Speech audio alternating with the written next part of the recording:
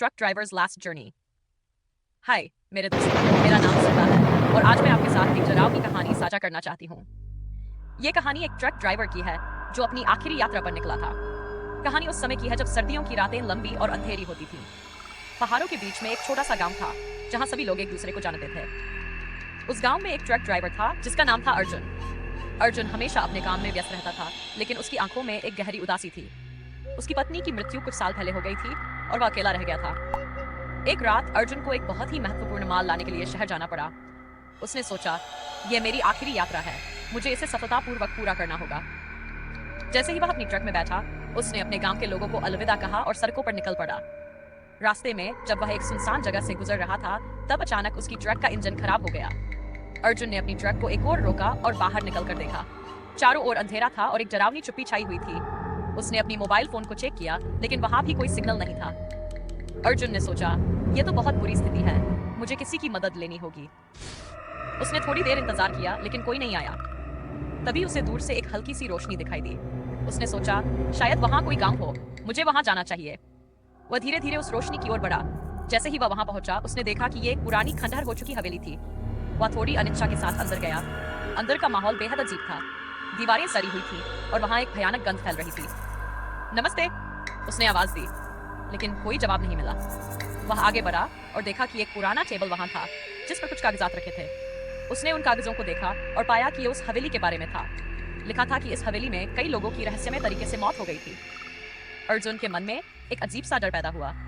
उसने सोचा, मुझे यहाँ से जल्दी निकलना चाहिए। लेकिन जैसे ही वह बाहर जाने लगा, अचानक दरवाजा बंद हो गया। उसने दरवाजे को धक्का दिया, लेकिन वह नहीं खुला। अब वह सच में डर गया था। वह फिर से टेबल के पास गया और देखा कि वहां एक पुरानी तस्वीर थी। तस्वीर में वह खुद था, लेकिन उसके पीछे एक औरत खड़ी थी।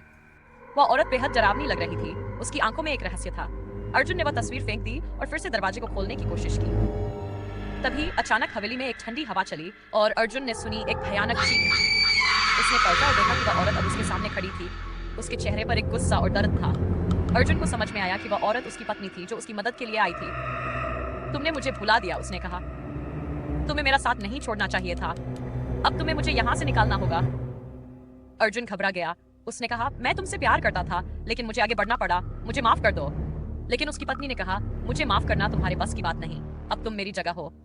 अर्जुन ने देखा कि उसके चारों ओर धुंध छा गई और उसे अपनी ट्रक की याद आने लगी।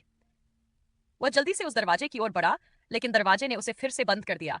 उसने एक बार फिर से कोशिश की, लेकिन असफल रहा। अब वह समझ गया था कि वह अब इस हवेली का हिस्सा बन गया है। वह चीखते हुए बोला, मैं नहीं रहना चाहता।